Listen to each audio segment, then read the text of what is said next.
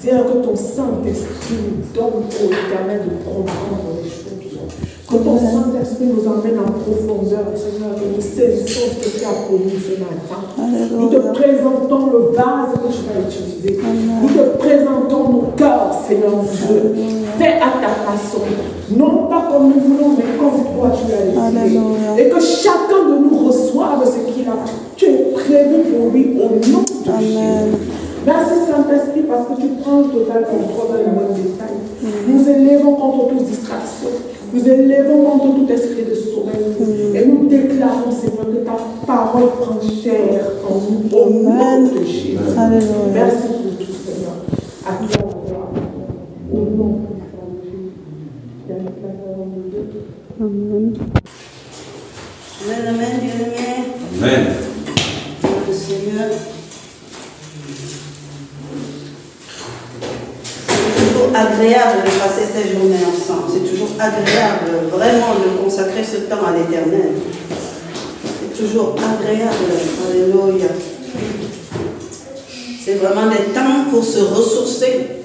C'est des temps pour se charger, Seigneur, des semaines lourdes que nous avons. C'est des temps où nous venons vraiment tout déposer encore à la croix de notre Seigneur Jésus. Et nous charger de son énergie. De nous charger de son esprit, alléluia, afin de continuer à marcher triomphateur, amen, et vaincre dans les adversités de la vie, amen, et glorifier en tout temps son Saint-Nom dans nos vies, amen.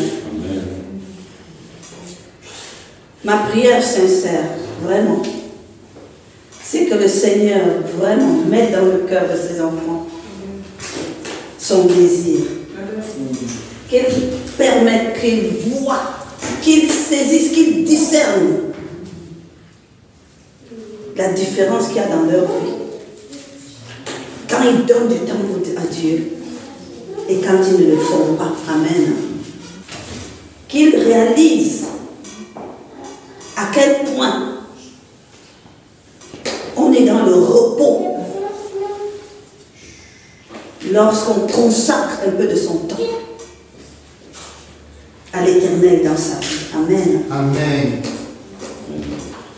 Beaucoup de chrétiens, malheureusement, veulent vivre la plénitude de Dieu, mais ne se préparent même pas à la recevoir. Vraiment, ma prière pour le corps du Christ, ma prière pour tous ceux qui ont déjà confessé le nom de Jésus, c'est que leurs yeux soient ouverts.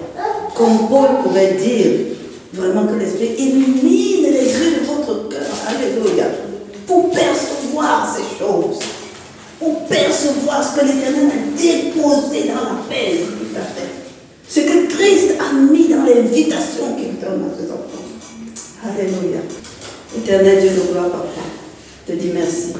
Merci pour ce temps, papa, de parole. Seigneur, merci de ce privilège qu'il m'a encore donné aujourd'hui, de pouvoir me placer devant ton peuple, papa. Que ce soit ceux qui sont en présentiel, que ce soit ceux qui pourront entendre et écouter ce message. Seigneur Dieu Père, tu sois dans les voies de diffusion au nom de Jésus. Père éternel, c'est un privilège inouï, papa, que tu me donnes l'opportunité, oh papa, d'être un vase par lequel tu répands l'odeur de ta connaissance. Seigneur, par moi-même, je ne suis rien. Et je dis merci pour l'Esprit de Dieu que tu as disposé pour nous. Merci, Saint-Esprit de Dieu, de remplir le temple que je suis, de remplir le vase que je suis. Parle par ma bouche et libère au peuple de Dieu ce que Christ a préparé pour eux, dans le nom puissant de Jésus. Que rien ne vienne de moi, alléluia. Mais tu m'as fait travailler, mais que toi-même tu t'en saisisses pour parler à ton peuple, au nom puissant de notre Seigneur Jésus. J'ordonne à toute force contraire, j'ordonne à toute force de désordre et de distraction de se taire maintenant et de quitter ce lieu au nom de Jésus. Et j'en appelle à un esprit de révélation, un esprit de vérité, un esprit de clarté, un esprit de vertu, alléluia, un esprit d'intelligence dans le cœur de tes enfants. Qu'ils saisissent la quintessence de ce que tu veux leur parler aujourd'hui. Qu'ils saisissent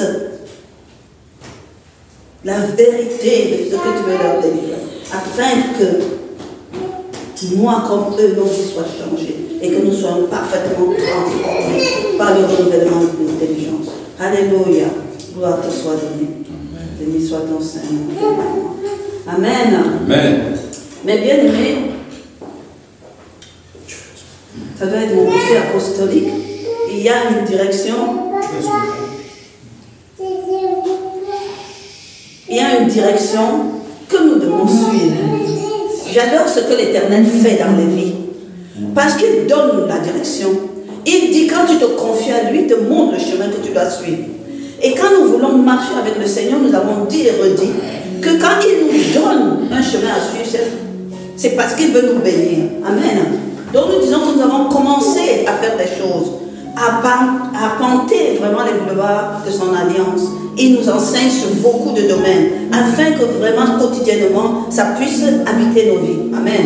Nous avions dit dernièrement, il y a deux dimanches de ça, on dirait que le Seigneur veut que nous puissions travailler progressivement dans la vie en esprit.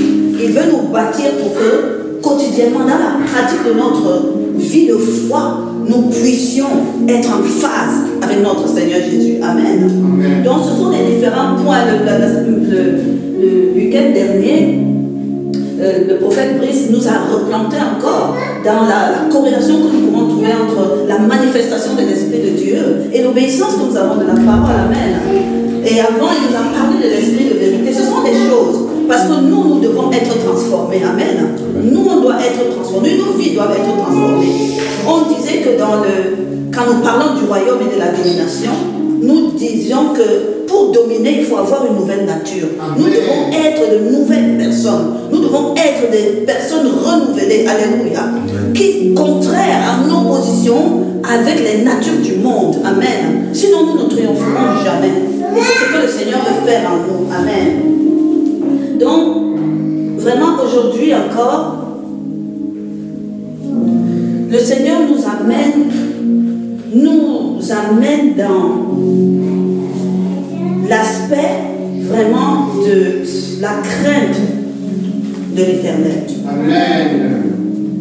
Il veut encore que nous approfondissions un peu cette notion de crainte de l'Éternel.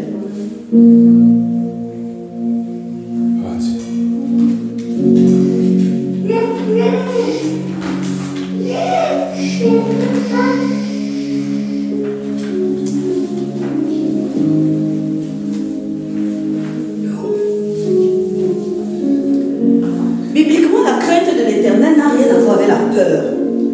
La plupart du temps, on dit et la crainte de l'Éternel, et beaucoup peut-être vont directement dans ce qui a la peur. Même il y a certaines traductions qui ont mis peur à la place de crainte. Mais il y a deux notions, vraiment, la notion que Dieu veut que nous comprenions dans la crainte est différente. Parce que la peur en elle-même, c'est une appréhension. C'est une appréhension, une situation qui trouble notre âme. Et dans la peur, nous sommes troublés, nous sommes affaiblis. Et ça nous conduit à l'échec.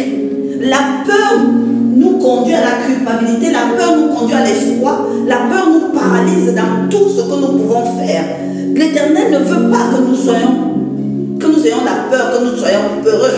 Quand nous avons étudié la foi, nous avons dit que la peur vraiment et les doutes, c'est un handicap vraiment à l'affermissement de notre foi et nous déconnecte de la manifestation de la gloire de Dieu dans nos vies. Donc la peur, ce n'est pas ça. Dieu n'est pas en train de nous dire d'avoir peur de lui, non. Amen. Mais la parole de Dieu veut que nous ayons la crainte de l'Éternel. Qu'est-ce que la crainte? La crainte, c'est une attitude de piété. C'est-à-dire que nous devons prendre en considération. C'est une attitude que nous devons avoir par rapport à la grandeur toute suprême de l'Éternel. C'est-à-dire à la puissance de Dieu. Il a une grandeur qui est incommensurable. On ne peut pas mesurer la grandeur de Dieu. Dans sa majesté, sa majestuosité, il n'a pas de pareil. Et si nous disons que nous avons la crainte par rapport à ces choses, c'est en parallèle avec notre petite nature. C'est en parallèle avec vraiment notre nature faible nature. Alléluia. Parce que ça va nous conduire à reconnaître que sans Dieu, nous ne sommes rien. Sans Dieu, nous ne sommes rien. Jésus-Christ, notre Seigneur, nous dit dans la parole qu'il nous donne le pouvoir. Il nous délègue même sa puissance. Mais par le pouvoir du Saint-Esprit œuvrant en nous. Mais sans Christ et sans l'Esprit, on n'est rien, on est vide. Amen. Mais Dieu, lui, il est tout puissant. Et Dieu a beau être notre Père. Dieu veut que nous ayons une intimité avec lui. Dieu veut que nous soyons, il appelle même certains les amis. Dieu veut que nous soyons réconciliés, enlacés.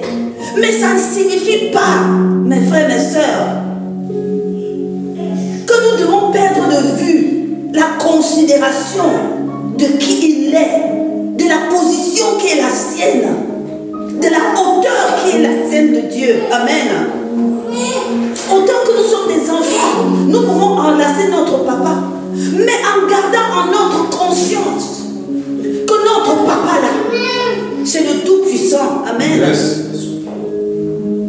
Donc on a déjà d'abord cette attitude de piété qui est importante. Craindre l'Éternel, c'est le révérer. Amen. Et c'est quoi révérer? La révérer vient le mot révérence. Et la révérence, même dans le monde, on sait que quand tu fais la révérence à quelqu'un, tu fléchis les genoux, yes. Tu baisses les yeux, et c'est une position d'infériorité à supériorité. Même dans le monde, on sait ça. Mais nous devons avoir cette position de révérence devant notre Père. Amen. C'est-à-dire que nous devons avoir une grande considération de qui il est, de ce qu'il est. Nous devons être animés d'un profond respect pour les choses de Dieu. Vraiment respect pour les choses de Dieu. Si nous disons que nous sommes avec Dieu, nous devons considérer ce qui le concerne. Nous devons respecter ce qui le concerne. C'est très important. L'honneur qui lui est dû, nous avons obligation de la lui donner. Amen. L'honneur qui lui est dû, quand on dit souvent dans les assemblées, pourquoi tu viens en retard? Tu n'honores pas ton Dieu.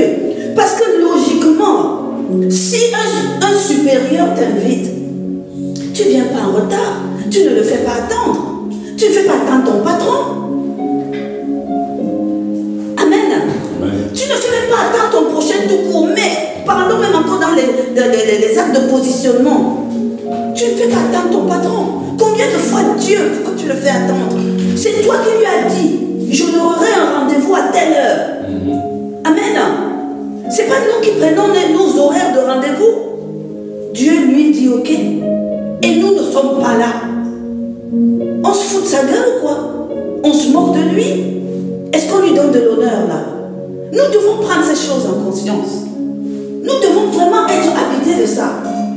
Ne passons pas dessus comme si de rien n'était. Non.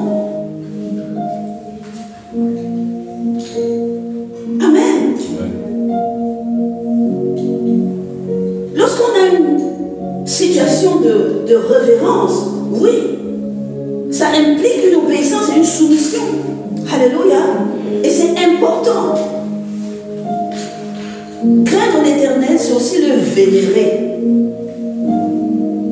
Et la vénération a trait au culte que nous lui rendons. La vénération a trait au fait que nous le considérons comme un Dieu. Mais nous le considérons au-delà comme le Dieu, au-dessus de toutes les autres créatures. Alléluia. Au-dessus de toutes les autres, tous les autres petits dieux, les noms qui peuvent se citer à gauche et à droite. Vénérer notre Dieu, c'est lui donner cette position-là. Alléluia. Reconnaître dans sa divinité. Et de ce fait, nous acceptons l'autorité et la souveraineté qu'il peut exercer sur nous. Nous parlons du royaume. C'est nous qui désirons être les enfants du royaume. C'est nous, parce que le royaume nous est offert. On dit on croit en Christ et tout. On veut être des citoyens du royaume. Et si nous sommes dans le royaume, Alléluia. Nous marchons selon les règles du royaume. Et nous l'avons étudié il y a quelques semaines, nous devons accepter la souveraineté de Dieu sur nos vies.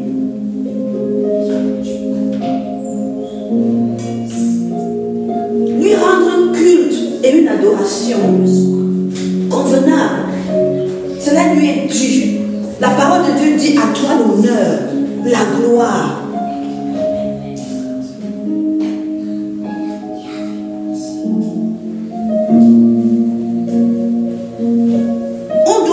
Entièrement dévoué à l'Éternel pour faire sa volonté en toutes choses. En tant qu'enfant de Dieu, nous devons être soucieux chaque jour de lui plaire. Amen. Vraiment chaque jour de lui plaire. En posant un acte, en posant un acte, est-ce que ça plaît à mon Dieu? Est-ce que son cœur, la parole nous dit, n'attristez pas le Saint-Esprit. Parce que c'est lui qu'on a envoyé près au contact. Et lui, il est sensible à ces choses. Très sensible à ces choses. Amen. Donc nous devons veiller à chercher à plaire à l'Éternel notre Dieu. Et nous devons sans cesse désirer lui être agréable. À l'image de notre Seigneur Jésus. C'est lui qui a dit que le Père n'est pas avec lui seulement parce qu'il est son fils, non. Le Père est avec lui parce qu'il lui obéit déjà. Et il fait toujours ce qui est agréable à son Père. Amen. Amen. Nous devons être dans cette image. Nous devons vénérer notre Dieu. Alléluia. Mais nous devons aussi redouter notre Dieu. Nous devons redouter notre Dieu.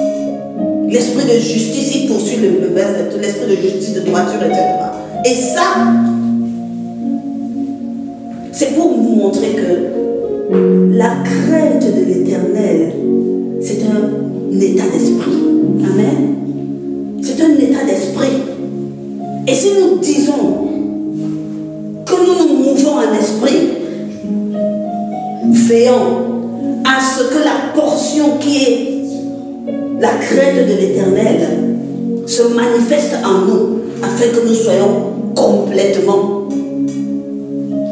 conduits par l'Esprit. Alléluia. Parce que quand on est que conduit par des percées d'esprit, je veux seulement l'intelligence, tu es boiteux dans d'autres cas. Si tu ne recherches pas l'esprit de conseil, si tu n'as pas la force, si tu ne cherches pas la connaissance, tu seras boiteux, tu seras insuffisant. Alléluia. Ton esprit de crainte fait partie des choses que nous devons solliciter de Saint-Esprit. Qu'il nous remplisse et qu'il nous bâtisse. Qu'il plante cela en nous et qu'il nous fasse mouvoir dans la crainte de l'Éternel. Tout comme dans la sagesse de l'Éternel. Tout comme dans son intelligence. Dans le conseil, dans la force. Alléluia.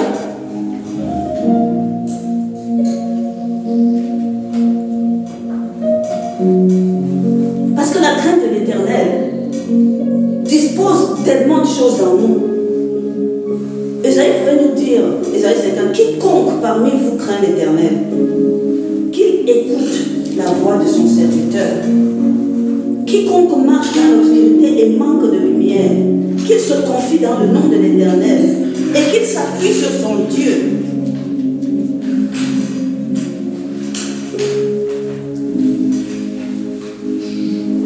Si tu as la crainte de l'Éternel, tu n'auras aucun scrupule à entendre toutes les voix. On dit ici, on te dit ici écoute la voix de ton serviteur. Mais est-ce que vous vous rendez compte? C'est un enseignement. C'est-à-dire que si tu marches dans la crainte de l'Éternel, il pourra te parler par toutes les voix qui t'entourent. Même celle de ton serviteur est une voix d'écoute. Si tu as la crainte de l'Éternel, même lui sera un garant pour toi. Amen. Amen. Parce que si tu attends toujours que ce soit quelqu'un de plus haut ou élevé qui te parle, tu réduis ton champ. Mais si tu es dans la crainte de l'Éternel, il va te préserver de toute erreur, dont même pas la bouche de l'ennemi, il va te parler. Alléluia. Parce que sa crainte parle dans ta vie. Amen. Ecclésiaste nous dit, et j'aime le livre d'Ecclésiaste, parce que c'est le livre non seulement d'un homme sage, mais d'un homme sage qui a vécu le monde. Amen. Et il nous donne vraiment des secrets. Il dit, je sais aussi que le bonheur est pour ceux qui craignent Dieu. Amen. Il dit, je sais, moi j'ai pratiqué le monde. Si on veut parler du bonheur, c'est pour ceux qui craignent Dieu. Si tu n'as pas la crainte de l'Éternel dans ta vie, tu peux faire croire au bonheur. Bonheur, ça ne fait pas partie de ton vocabulaire. Amen. Il dit, la crainte de l'Éternel, c'est le commencement de la sagesse. Tous ceux qui l'observent, tous ceux qui marchent dans la crainte de l'Éternel, tous ceux qui pratiquent la crainte de l'Éternel ont une raison saine. Et la gloire subsistera à jamais dans leur vie. Oh my God. La gloire de l'Éternel subsistera jamais dans leur vie.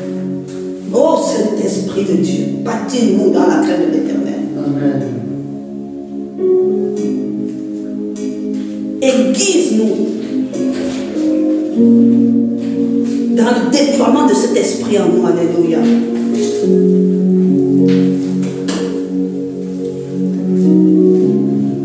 Moi, je pourrais dire ceci. Tout ce que tu peux avoir envie de bâtir avec Dieu, tout ce que tu veux construire, tout ce que tu veux, dans tous les domaines, hein, pas seulement spirituel, dans tes affaires, ça peut être un projet de vie, un projet d'enfantement, ça peut être un projet de business, un projet de travail, ça peut être un projet de famille, tout, un projet associatif, un projet de ministère, tout ce que tu comptes bâtir dans ta vie, si tu ne mets pas Dieu à la première place, je n'ai pas dit mettez Dieu au centre de tout, non. J'ai dit mettez Dieu à la tête de tout. Amen.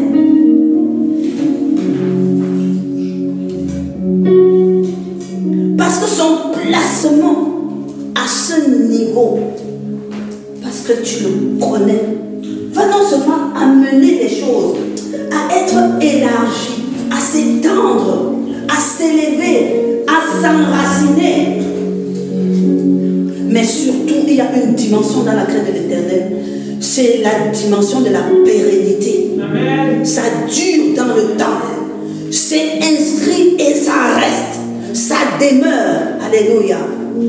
Si tu évolues dans la crainte de l'Éternel, si tu te positionnes dans la crainte de l'Éternel, avant tout déploiement, ça va demeurer. Amen. Amen. Ça demeurera. Toute la semaine, je disais au Seigneur, parce que la semaine dernière, j'avais une autre pensée en tête. Mais toute cette semaine, je sentais que ça s'embrouillait et tout. Je me disais, Saint-Esprit de Dieu, mais de quoi tu veux que je parle à ton peuple?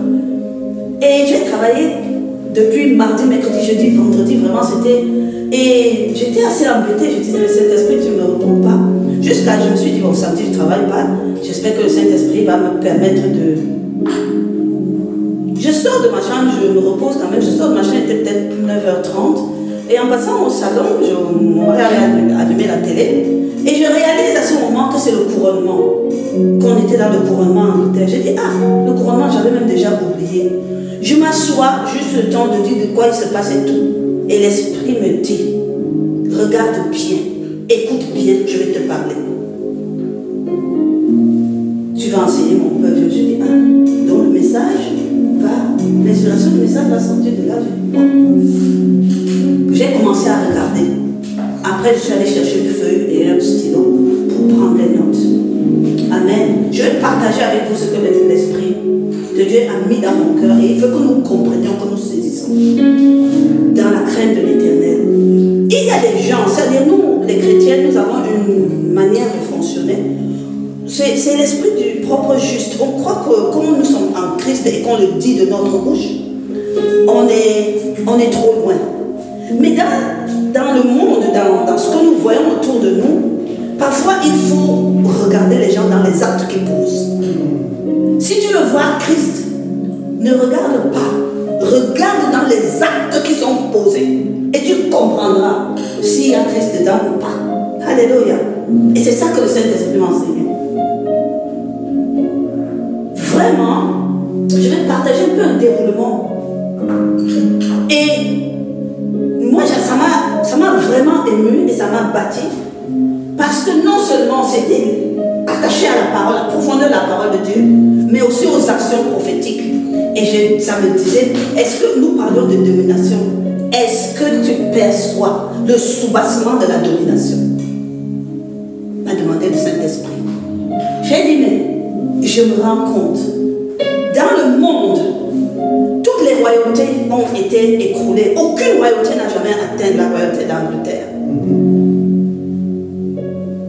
Et jusqu'aujourd'hui, la couronne d'Angleterre,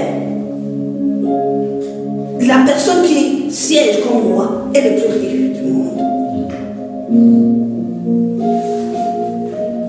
Et tu te demandes parfois, je n'ai pas envie, ce que je vais libérer là, ne regardez pas aux individus. Amen. Ne regardez pas aux personnes. Moi j'ai toujours dit, moi, Dieu est spirituel. Ne regardez pas aux individus, ce que vous savez de X ou de Y. Regardez au système, regardez aux institutions, regardez à ce qui se passe. Alléluia.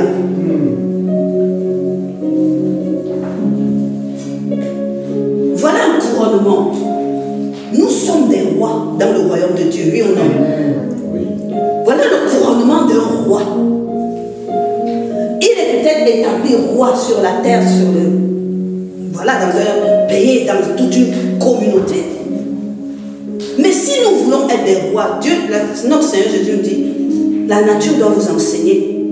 C'est-à-dire que nous devons percevoir la royauté, et nous l'avons étudié. Il nous donne de régner. Mais comment se passe le règne? De quoi est-ce qu'on parle? Amen. Pour vraiment planter cela, sceller cela, qu'est-ce que nous devons faire, même en tant que chrétiens, que nous oublions très souvent de faire? Alléluia. Nous couronnons un roi. La Grande-Bretagne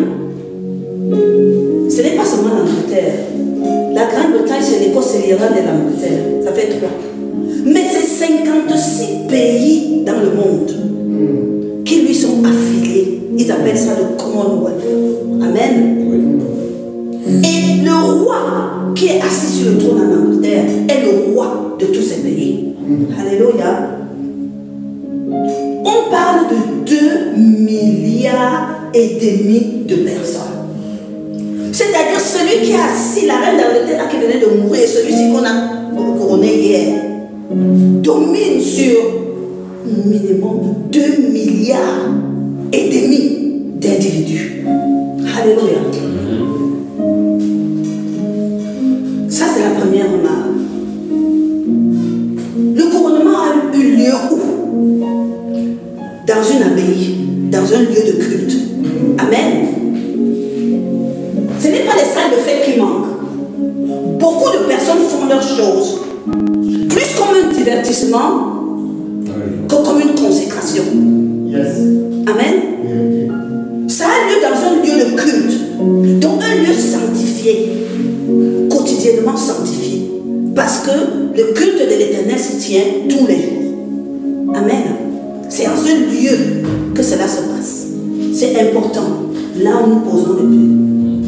Jacob a dit, lorsqu'il s'est couché à Bethel sur une pierre et qu'il a vu l'ouverture, la porte des cieux, il a dit ça c'est un lieu redoutable. Parce que la crainte de l'Éternel l'avait saisi. Et il dit ça c'est un lieu redoutable. Alléluia. Le lieu est important. Qui était présent? Voilà le parterre devant lequel. Et la famille royale, tout ce qui est le roi, sa descendance, etc. Et ses cousins, la famille royale, les autorités administratives du monde. Macron y était, Madame Biden y était, le prince de Monaco, tous les autres gouverneurs, les présidents, les premiers ministres des pays y étaient.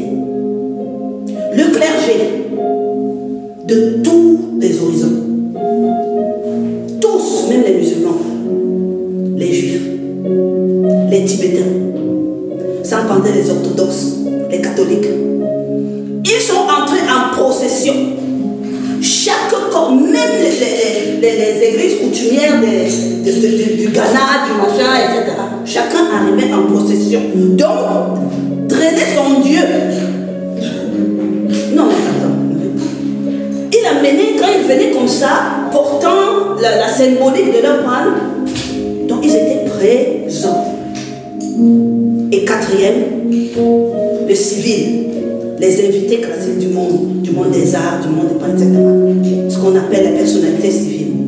Les 4 horizons couvrent la diversité de la population mondiale. Il n'y a pas aucune représentativité qui n'était pas là. En autorité, je parle. Parce que le peuple, c'est une autorité. Le clergé, c'est une autorité. L'administration, le gouvernement, c'est une autorité. Et dominer même déjà sur sa famille royale, c'est une autorité. Voilà les 4 qui étaient présents. Et ils remplissaient l'église dans les 4 coins. L'abbaye, c'est une croix. Les 3 nefs et la queue. Ils remplissaient comme ça. Les autorités par là, la famille par là, etc. Amen. Le décor est planté. Le proposé à la couronne arrive. L'esprit me dit, regarde bien. Il entre, on les installe, etc. On le fait lever. Dès qu'il s'est assis, il a posé, on le fait lever. Il avance devant notre crâne. Un petit garçon, petit comme ça, vient devant lui, représentant de la louange, représentant du corps d'adoration. Et le proposer à la couronne fait allégeance à la louange de l'Éternel. Il a confessé de sa bouche l'adoration de Dieu. Amen. L'adoration de Dieu. Première des choses avant d'aller s'asseoir. Ça veut dire tout ce qui va se passer ici s'adresse à une seule personne. Si tu es venu avec d'autres idées, ça ne passe pas ici. Notre louange monte. Amen. Ensuite, on leur fait confesser la soumission à Dieu. La Bible, on lui a offert une Bible. Et je vais noter, parce que l'Angleterre est sous l'égide, c'est une église anglicane, protestante anglican. Et c'est les premiers qui se sont vraiment opposés au catholicisme et qui se sont fait scission. Et parfois on dit, oui, on peut faire scission, machin. Après, on mélange le culte avec des choses. Moi, ça fait, quand j'ai suivi le mariage de William et tout, ça m'avait déjà frappé. Parce que pendant tout le culte, en dehors de Dieu et Christ, on ne cite plus personne dans la Bible. Il n'y a pas de Marie, il n'y a pas de machin, etc. Est-ce qu'on comprend? Leur Bible, c'est la King James. C'est une Bible qui est reconnue être authentique par rapport à la traduction hébraïque. Amen, en anglais. Donc, nous sommes vraiment là dans une ligne chrétienne. On est d'accord? Soumet à Dieu. Et ce qu'on lui demande de confesser, c'est qu'en qualité de roi, il s'engage à conduire le peuple à la main posée sur la Bible, dans la vérité de la parole et dans le respect des lois. C'est ce qu'il a confessé. Amen.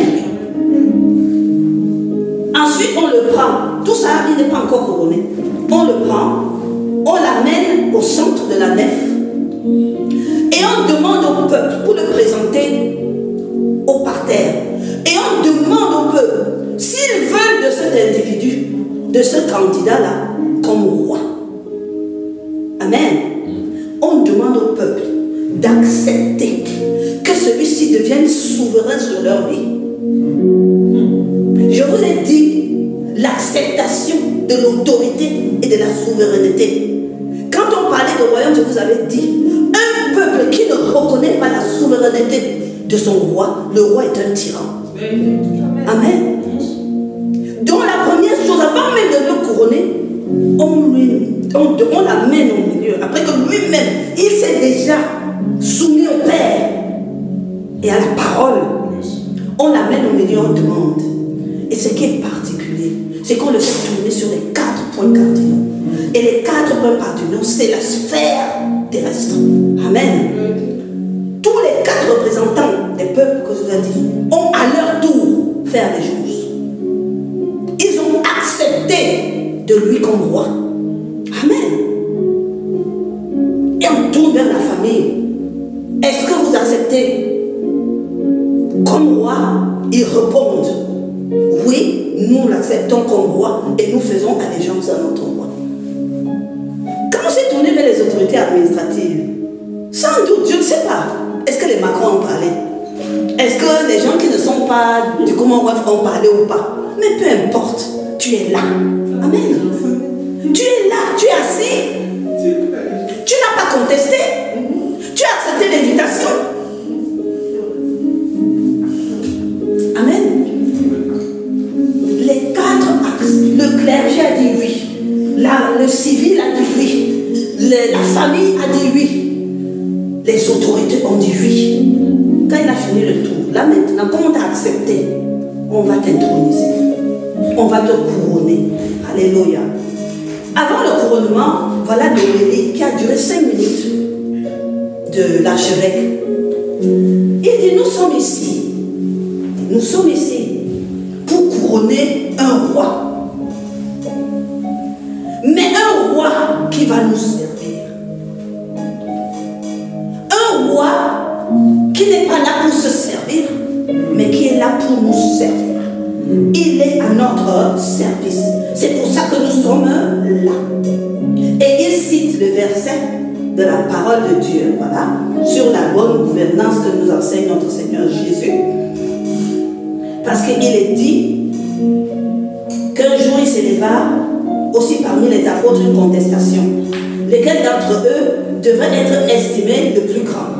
Jésus leur a dit, les rois des nations les maîtrisent et ceux qui les dominent, vous les appelez les bienfaiteurs. Qu'il n'en soit pas de même pour vous, mais que le plus grand parmi vous soit comme le plus petit, et que celui qui gouverne soit comme celui qui sert. Amen. Et il continue par dire, au milieu de vous, ne suis-je pas votre maître? Et pourtant, c'est moi qui vous sers. La bonne gouvernance divine, c'est de comprendre qu'en Christ, on est au service. Amen. On est à la position élevée, mais pour servir Dieu et servir ton prochain. Amen. Donc cette position d'autorité dans laquelle tu te mets là, c'est pour œuvrer et gouverner selon Dieu. Amen. Et il accepte. Alléluia. Ensuite, ils ont lu le passage de Luc qui dit l'Esprit de Dieu est sur moi. Il m'a oint pour. Ça, c'est Jésus-Christ qui l'a dit. Voilà. Parce que la prière de l'archevêque était dans à lui donnant l'instruction, tu veilleras sur les veuves et les orphelins, tu liras et tu déliras, etc. Tu rendras libre les opprimés, etc. etc. Voilà. Maintenant, on passe en phase des actions prophétiques. Première chose, l'onction d'huile. On l'a oint. Et on l'a oint à l'abri, on a mis une cage pour le couvrir. Parce qu'on le oignait à même le corps. Il faut que nous aussi nous comprenions ces choses. C'est-à-dire ces onctions qu'on verse sur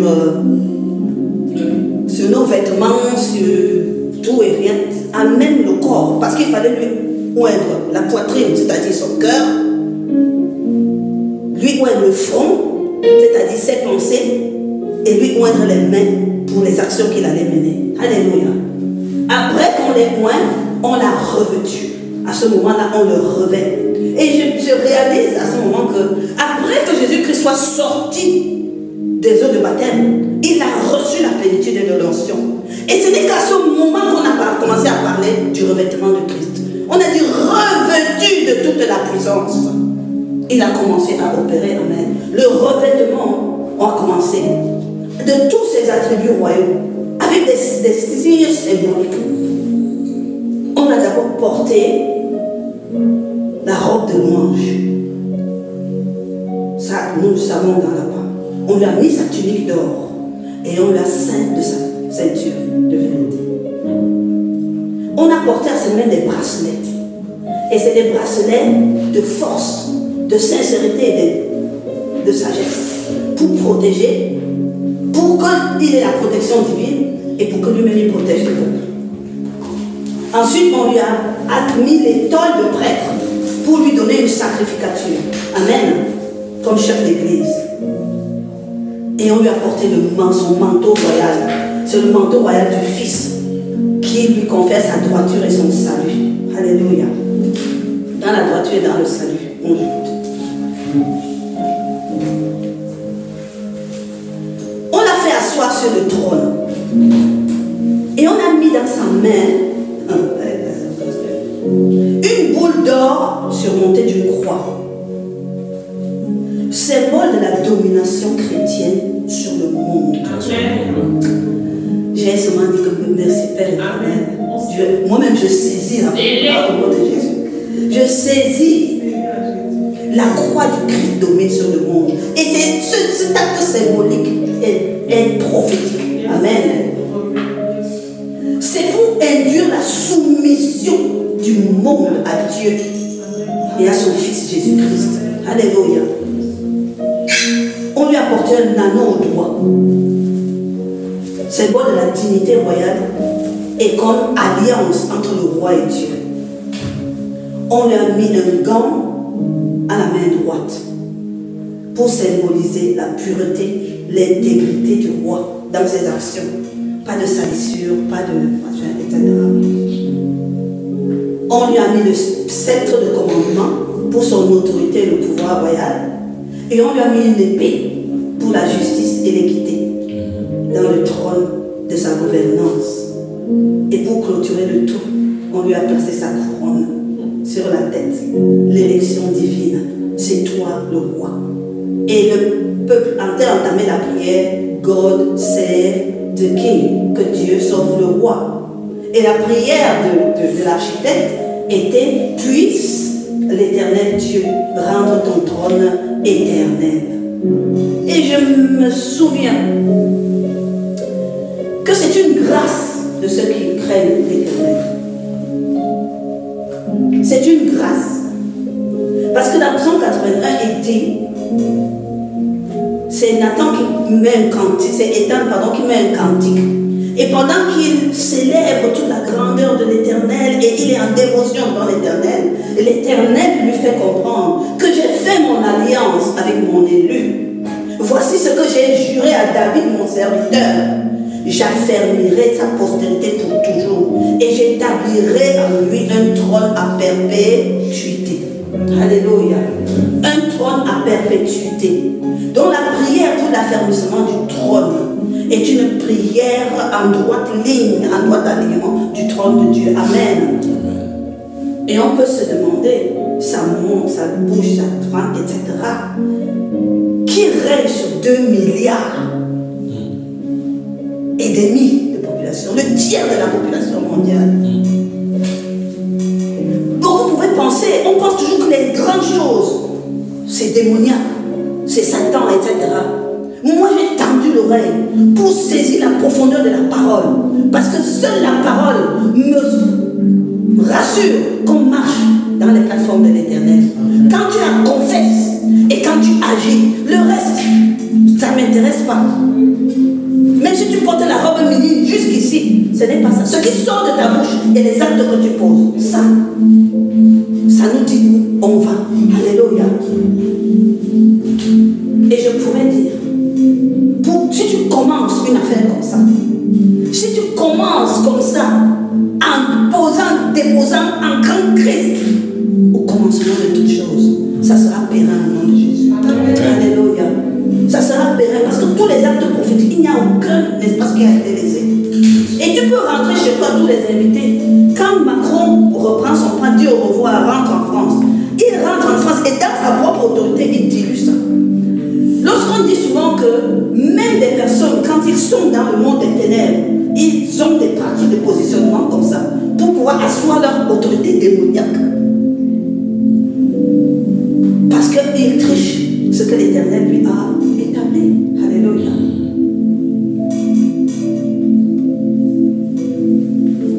Dieu récompense ceux qui ont la crainte de lui. Alléluia. Ceux qui ont la crainte de lui. Nous allons lire quelques versets et nous allons arrêter là. L'amitié de l'Éternel est pour ceux qui le craignent. On parle de l'amitié. Dans la Bible, je ne sais pas, on a cité quelques, je ne sais pas, ça ne dépasse pas 2, je ne pense pas. Qu'il a cité les 3 avec David, Abraham, Moïse et David, comme amis. L'amitié de Dieu, ça ne se ramasse pas à la peine. Amen. Il a dit c'est pour ceux qui le craignent. Amen. Oh, combien grande ta bonté, que tu tiens en réserve pour ceux qui te craignent. C'est-à-dire que Dieu est bon, il a tout donné, mais il y a une quantité là qui garde pour ceux qui le craignent. Il te donne un dash, un tien. Ça me fait penser au grand-père là.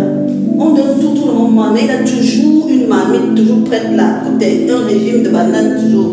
C'est quand tu viens le voir, oh grand-père, ça va, tu as bien dormi et tout, oui.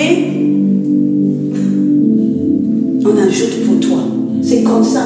Parce que c'est la dose qu'il donne à ceux qui viennent jusqu'à lui. Alléluia. Dieu dit qu'il a une réserve de bonté pour ceux qui le craignent. Voici l'œil de l'Éternel est sur ceux qui le craignent, sur ceux qui espèrent en sa bonté, afin d'arracher leur âme à la mort et de les faire vivre au milieu de la famine. C'est-à-dire les circonstances et les situations sont périlleuses, mais toi qui crains l'Éternel, tu slalomes dedans, comme a fait Isaac, comme l'Éternel a fait pour Isaac. Alléluia. Ne sois point sage à tes propres yeux, crains l'Éternel, détourne-toi du mal. Ce sera la santé pour tes muscles et un rafraîchissement pour tes os.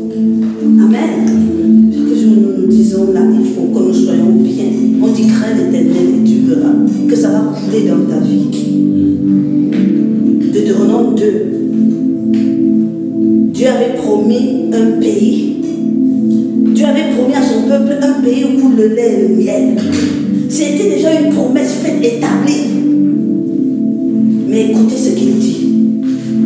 Il dit, voici les commandements, les lois et les ordonnances que l'Éternel, votre Dieu, a commandé de vous enseigner, afin que vous les mettiez en pratique dans le pays dont vous allez prendre possession, afin que tu craignes l'Éternel, ton Dieu, en observant tous les jours de ta vie, toi, ton fils et le fils de ton fils, toutes ces lois et tous ces commandements que je te prescris, et afin que tes jours soient prolongés. Amen. Tu les écouteras, donc Israël, et tu auras soin de les mettre en pratique, afin que tu sois heureux et que tu multiplies beaucoup, comme te l'a dit l'Éternel, le Dieu de tes pères, et en te promettant le pays où coule le lait et le miel. C'est-à-dire, il a fait la promesse. Il a dit, tu vas multiplier, ça, ta bénédiction vient depuis le jardin d'Éden. Mais il dit, pour que ça s'accomplisse, pour que tu sois heureux et que tu fasses ces choses, et la crainte de l'Éternel. Amen. Gloire à Dieu. Mes frères et sœurs, vraiment que l'esprit de la crainte de l'Éternel nous emplisse et se meurt au travers de nous. Amen. Amen. Que ce soit l'objet de nos prières. Quand nous prions pour que le Saint-Esprit œuvre en nous, n'oublions pas de lui dire, inscris en moi un esprit de crainte de l'Éternel. Amen. Alléluia. Gloire à Dieu. Demeurez bénis dans le nom de Jésus-Christ. Amen.